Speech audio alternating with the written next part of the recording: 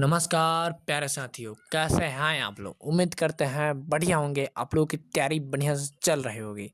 फिर से एक बार स्वागत है आपका हमारे यूट्यूब चैनल जिसका नाम है एएमटी बोर्ड। इस चैनल पर जल्द ही आप लोग 100 सब्सक्राइबर कंप्लीट कीजिए ताकि आप लोगों का क्लास लाइव चालू हो जाए। ठीक है।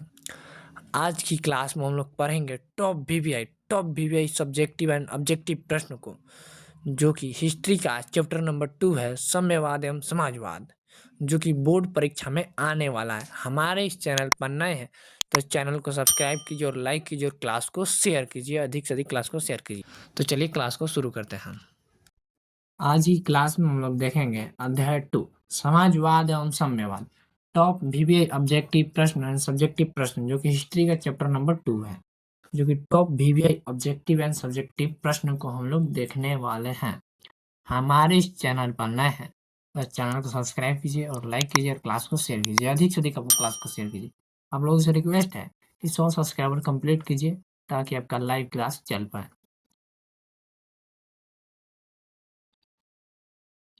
पहला प्रश्न देखते हैं। पहला प्रश्न है, औद्योगिक क्रांति कब विकसित हुई? तो उत्तर हमारा क्या हो जाएगा? 18वीं शताब्दी में। दूसरा प्रश्न देखते हैं। दूसरा प्रश्न हमारा,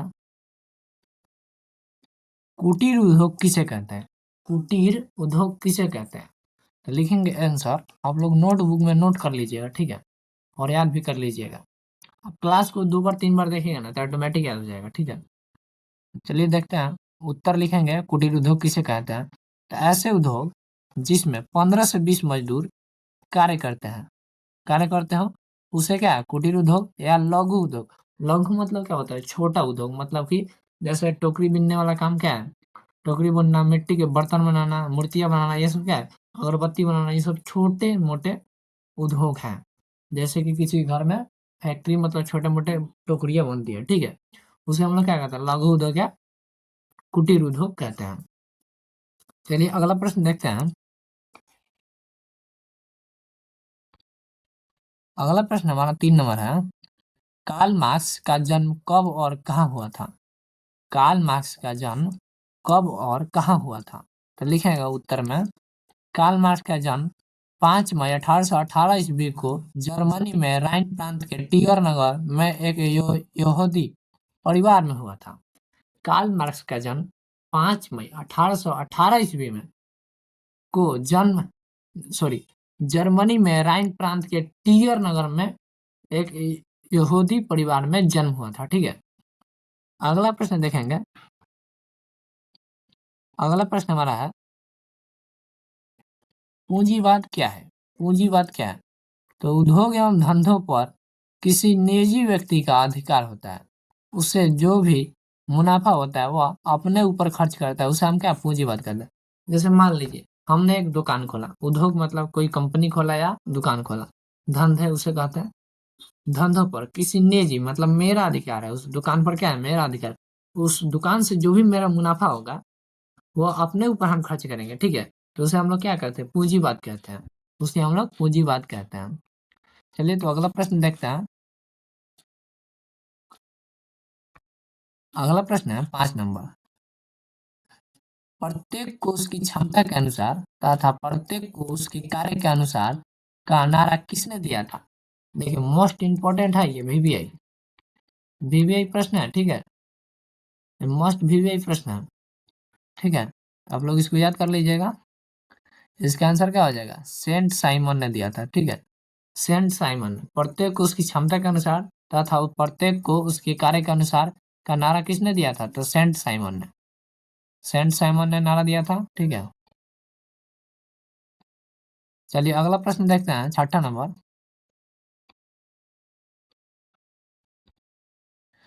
अगला प्रश्न है 6 नंबर, कार्ल मार्क्स के पिता का क्या नाम था? कार्ल मार्क्स के पिता का क्या नाम था? तो हेनरी मार्क्स, ठीक है।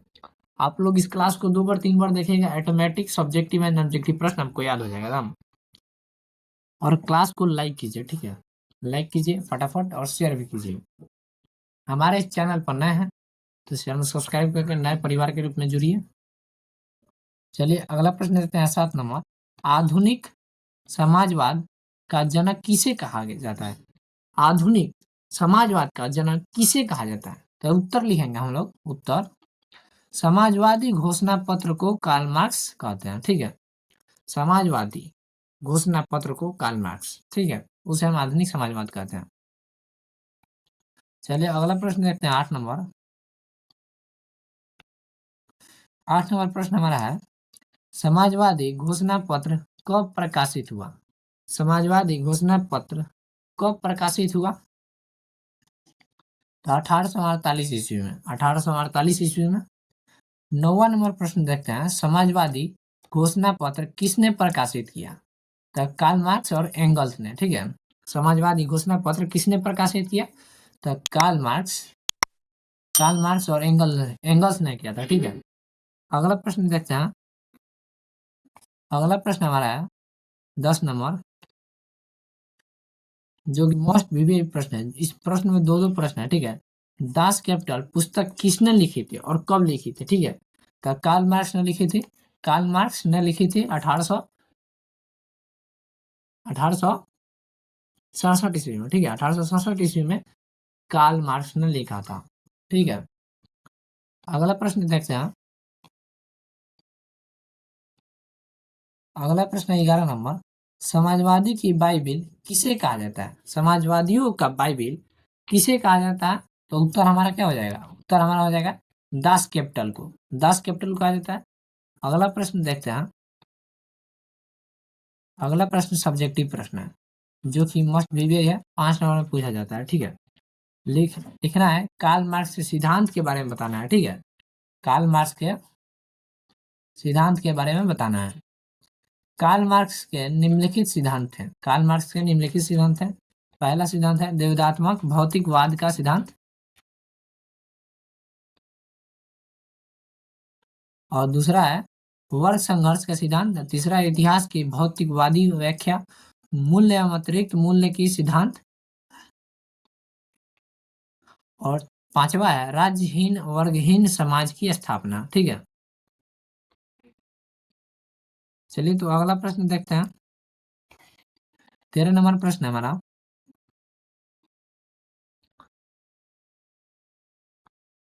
13 नंबर प्रश्न है, कार्ल मार्क्स के अनुसार कितने ऐतिहासिक चरण हैं? कार्ल मार्क्स के अनुसार कितने ऐतिहासिक चरण हैं? तो उत्तर लिखेंगे हम लोग, कार्ल मार्क्स के अनुसार 6 निम्नलिखित ऐतिहासिक चरण है। पहला आदिम समाजवादी युग, दासता युग, समानता युग, पूंजीवादी युग और समाजवादी युग। ठीक है, इसको देखिए कैसे याद रखिएगा। इसको याद रखिएगा, आदिम समाजवादी युग, साम्यवादी युग, समानता युग और दासता युग। ठीक है, आप लोग छठों को याद कर लीजिएगा और नोटबुक में नोट कर लीजिएगा। ठीक है, कार्ल मार्क्स के अनुसार 6 निम्नलिखित सिद्धांत हैं। अगला प्रश्न देखते हैं हम।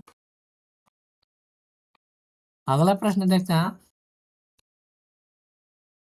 अगला प्रश्न है 14 नंबर, प्रथम अंतर्राष्ट्रीय संघ की स्थापना कब हुई? प्रथम अंतर्राष्ट्रीय संघ की स्थापना कब हुई थी? 1864 ईस्वी में हुई थी। 1864 ईस्वी में हुई थी। अगला प्रश्न है 15 नंबर, आधुनिक के बिना सॉरी अधिकार के बिना कर्तव्य नहीं और कर्तव्य के बिना अधिकार नहीं का नारा किसने दिया था? तो हमारा आंसर क्या हो जाएगा? हमारा आंसर हो जाएगा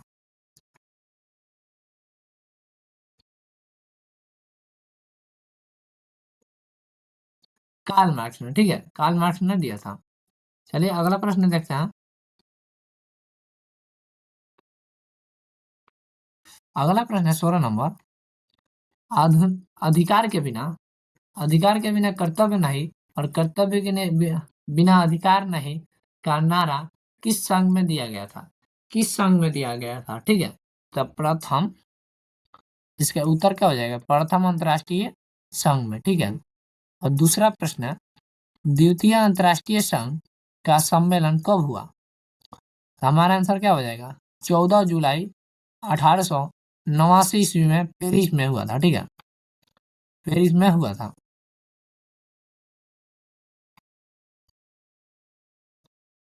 चलिए अगला प्रश्न हमारा। अगला प्रश्न है मजदूर दिवस कब मनाया जाता है? तो 1 मई को। ठीक है, मजदूर दिवस कब मनाया जाता है? तो 1 मई को।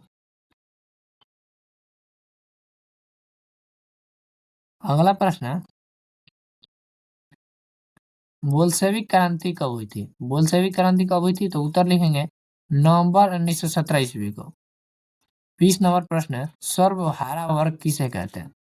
सर्व मतलब हारा हुआ, समाज का वैसा वर्ग जिसमें किसान, मजदूर एवं अन्य गरीब लोग शामिल होते हैं, उसे हम क्या कहते हैं? सर्वहारा वर्ग कहते हैं। ठीक है, 20 नंबर का उत्तर हमारा क्या हो जाएगा? सर्वहारा वर्ग किसे कहते हैं? तो लिखेंगे समाज का वैसा वर्ग जिसमें किसान, मजदूर एवं अन्य गरीब लोग शामिल होते हैं, उसे हम सर्वहारा वर्ग कहते हैं। चलिए अगला प्रश्न देखते हैं। अगला प्रश्न है 21 नंबर, रूस में जार का अर्थ क्या होता है? रूस में जार का अर्थ क्या होता है? तो रूस का सम्राट। रूस का सम्राट। ठीक है, अगला प्रश्न है, रूस में कृषक दास प्रथा का अंत कब हुआ? तो 1861 ईस्वी में हुआ था। ठीक है, अगला प्रश्न देखते हैं। अगला प्रश्न है 23 नंबर, प्रथम विश्व युद्ध कब हुआ था? तो 1914 से 1914 से लेकर 1918 ईस्वी तक हुआ था। अगला प्रश्न है, अंतर्राष्ट्रीय महिला दिवस कब मनाया जाता है? अंतर्राष्ट्रीय महिला दिवस कब मनाया जाता है? 8 मार्च को। ठीक है, आप लोग इसको मोस्ट इंपॉर्टेंट क्वेश्चन है जो कि ऑब्जेक्टिव प्रश्न में पूछा ही जाता है। ठीक है, और पूछा ही जाएगा। ठीक है, इसको नोट कर लीजिएगा और दिमाग में भी नोट कर लीजिएगा। अंतर्राष्ट्रीय महिला दिवस कब मनाया जाता है? तो 8 मार्च को। ठीक है, 8 मार्च को। चलिए अगला प्रश्न है, अब देखिए हम लोग पढ़ेंगे 5 नंबरिया प्रश्न को। ठीक है, 5 नंबरिया प्रश्न को देखेंगे। 11 मिनट हो गए। 25 नंबर क्वेश्चन है, खूनी रविवार क्या है? चलिए तो देखते हैं, उत्तर लिखेंगे 9 जनवरी 1905 ईस्वी को। 9 जनवरी 1905 ईस्वी को लोगों का समूह रोटी दो नारों के साथ सड़कों पर प्रदर्शन करते हुए सेंट पीटर्सबर्ग स्थित महल की ओर जा रहे थे, परंतु जार की सेना ने इस निहित लोगों पर गोलियां बरसाई, जिसमें हजारों लोगों की मारे गए। इसलिए 22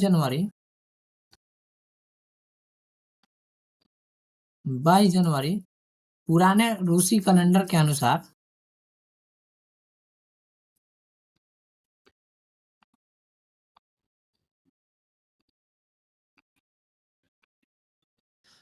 पुराने रूसी कैलेंडर के अनुसार 9 जनवरी 1905 को खूनी रविवार या लाल रविवार के नाम से जाना जाता है। देखिए आप लोगों को बोर्ड परीक्षा में पूछ सकता है, खूनी रविवार या लाल रविवार के नाम से किसे कहते हैं, उसके बारे में बताइए। तो लिख देंगे 9 जनवरी 1905 को लोग समूह रोटी दो नारों के साथ सड़कों पर प्रदर्शन करते हुए सेंट पीटरसन की महल की ओर जा रहे थे और जार की सेना ने इन निहित लोगों पर गोलियां बरसाई, जिसमें हजारों लोगों की जाने गई। ठीक है, और पुराने रूसी कैलेंडर के अनुसार 22 जनवरी, और पुराने रूसी कैलेंडर के अनुसार 9 जनवरी 1905 को खूनी रविवार या लाल रविवार के नाम से जाना जाता है। ठीक है, लोग ये रिवाइज करा दिए। ठीक है, हमें याद है, आप लोग भी याद कर लीजिएगा। ठीक है, और इसको नोटबुक में नोट कर लीजिएगा। ठीक है, ताकि आप लोगों को याद हो जाए फटाफट। ठीक है, और आसान तरीका से हमने लिखा है इसको अपने हाथों से।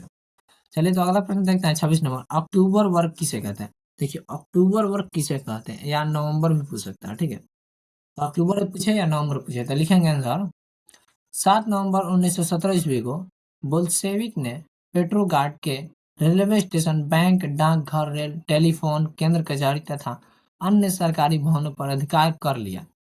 करेंसी रूस छोड़कर भाग गया। इस प्रकार रूस रूस की महान बोल्शेविक क्रांति संपन्न हुई।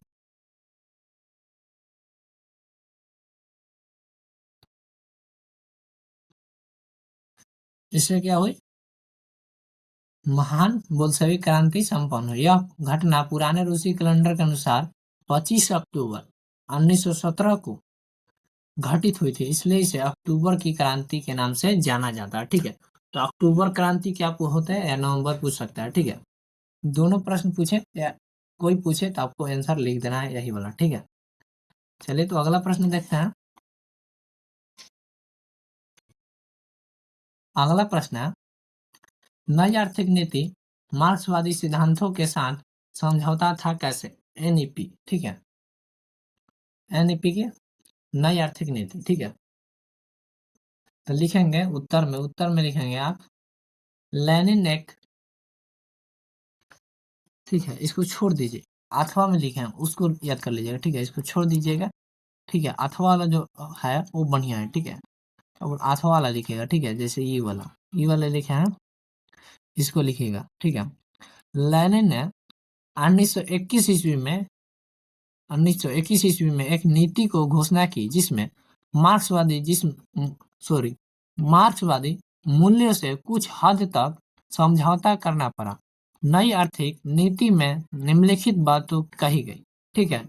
निम्नलिखित बातें कही गई, चलिए देखते हैं निम्नलिखित बातों को। आप लोग क्लास में शुरू से अंत तक बने रहिएगा, ठीक है। आप लोगों को इस क्लास से 10 से 15 नंबर फिक्स है, ठीक है। 10 से 15 नंबर। तो पहला है, किसानों से अनाज ले लेने के स्थान पर एक निश्चित कर लगाया गया, ठीक है। और बचा हुआ अनाज किसान का था और वह इसका मनचाहा इस्तेमाल कर सकता था। दूसरा है, यह सिद्धांत कायम रखा गया कि जमीन राज्य की है फिर भी व्यवहार में जमीन किसानों की हो गई, ठीक है। अगला प्रश्न देखते हैं, सॉरी प्रश्न नहीं है,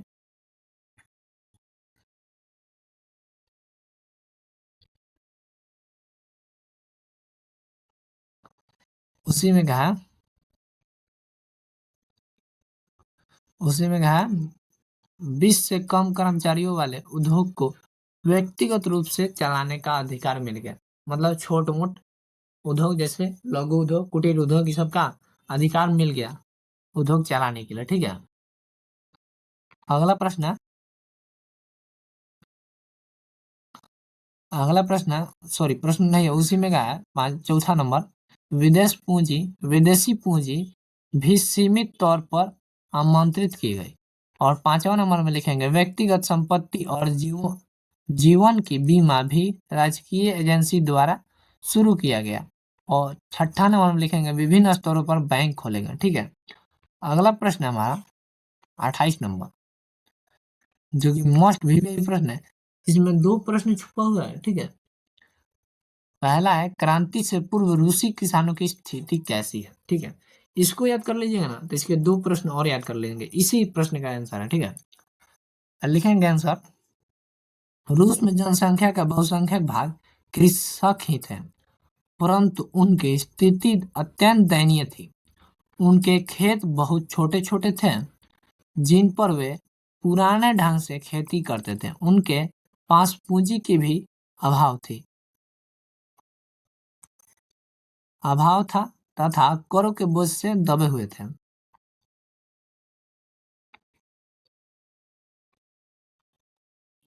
देखिए कहना आपको, दूसरा प्रश्न भी आप लोग याद कर लीजिएगा। जैसे 20 न मतलब 29 नंबर है प्रश्न, रूसी क्रांति के किन्हीं दो कारणों को वर्णन करना है। तो एक कारण तो वो लिख देंगे जो इसके पहले वाला प्रश्न का आंसर याद किए हैं, ठीक है। तो पहला लिखेंगे हम लोग tsar Nicholas sorry tsar Nicholas निरंकुशता जार निरंकुशता एवं अयोग्य शासन जार निकोलस द्वितीय जिसके शासन काल में क्रांति हुई थी, राजा के दैवी अधिकारों में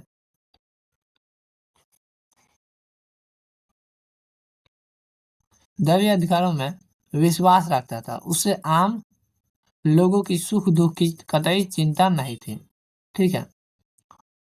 और इसके पहले जो हम लोग याद किए हैं प्रश्न का, कृषकों की दयनीय स्थिति, वो एक अलग प्रश्न है। उसमें सिर्फ इसको लिखिएगा ना, उस वाले प्रश्न में तो 2 नंबर मिलेगा।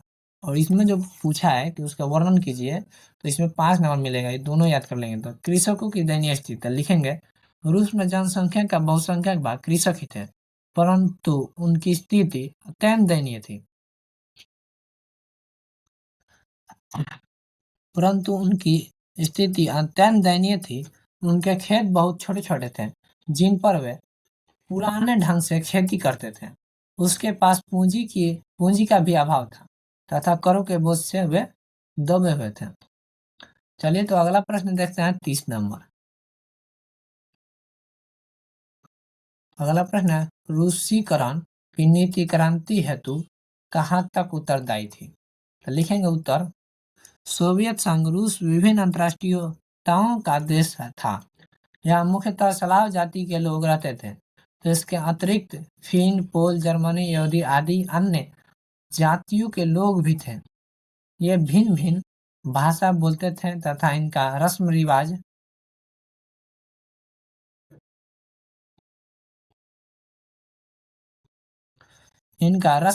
भी भिन्न भिन्न था, परंतु रूस के जार निकोलस द्वितीय के अनुसार सभी लोगों पर रूसी भाषा, शिक्षा, संस्कृति लादने का प्रयास किया गया। इसके अल्पसंख्यक को हलचल मच गई और 1863 ईस्वी में इस नीति को पोलो ने विद्रोह कर दिया। चलिए अगला प्रश्न देखते हैं। हमारे इस चैनल पर नए हैं तो चैनल सब्सक्राइब कीजिए और लाइक कीजिए, क्लास को फटाफट शेयर कीजिए, क्लास को लाइक कीजिए, ठीक है। उससे हमें क्या होता है, मोटिवेशनल मिलता है, ठीक है। क्लास को लाइक को देख के और मोटिवेशनल मिलता है। आप लोगों से रिक्वेस्ट है 100 सब्सक्राइबर कंप्लीट कीजिए ताकि आप लोगों का क्लास लाइव चालू होगा, ठीक है। चलिए तो अगला प्रश्न देखते हैं। साम्यवाद एक नई आर्थिक एवं सामाजिक व्यवस्था थी, कैसे? तो लिखेंगे, कार्ल मार्क्स ने एंगल्स के साथ मिलकर 1848 ईस्वी में एक साम्यवाद घोषणा पत्र प्रकाशित किया जिसे आधुनिक समाजवाद का जनक कहा जाता है। इसमें आधुनिक सामाजिक और राजनीतिक विचारों के स्पष्ट रूप से व्यक्त किया। इसमें पूंजीवाद का विरोध विरोध कर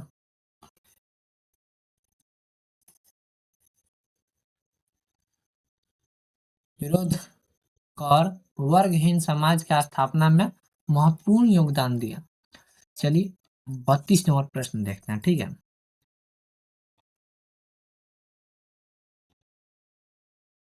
32 नंबर प्रश्न है, प्रथम विश्व युद्ध में रूस की पराजय क्रांति है तो मार्ग पर कीजिए, कैसे? ठीक है, तो इसके बारे में लिखेंगे उत्तर, हमारा लिखेंगे उत्तर, प्रथम विश्व युद्ध में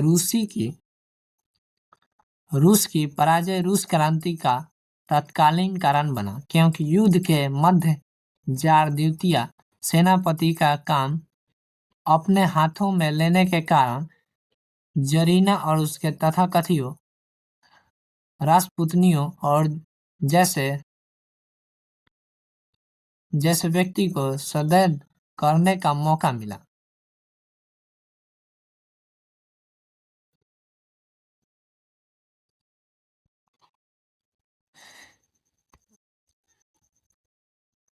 सदैव करने का मौका मिला गया, जिसके कारण राजतंत्र के प्रतिष्ठा और भी गिर गया, ठीक है। हमारे इस चैनल पर नए हैं तो चैनल को सब्सक्राइब कीजिए और लाइक कीजिए क्लास को, ठीक है। लाइक कीजिए और कमेंट करके बताइएगा आप लोगों को ये क्लास कैसा लगा, ठीक है। और आपको किस टॉपिक पर ज़्यादा दिक्कत है उस टॉपिक पर हम लोग वीडियो बनाएंगे, ठीक है। कमेंट करके बताइएगा। तो फिर मिलते हैं अगली क्लास में। Thanks for watching.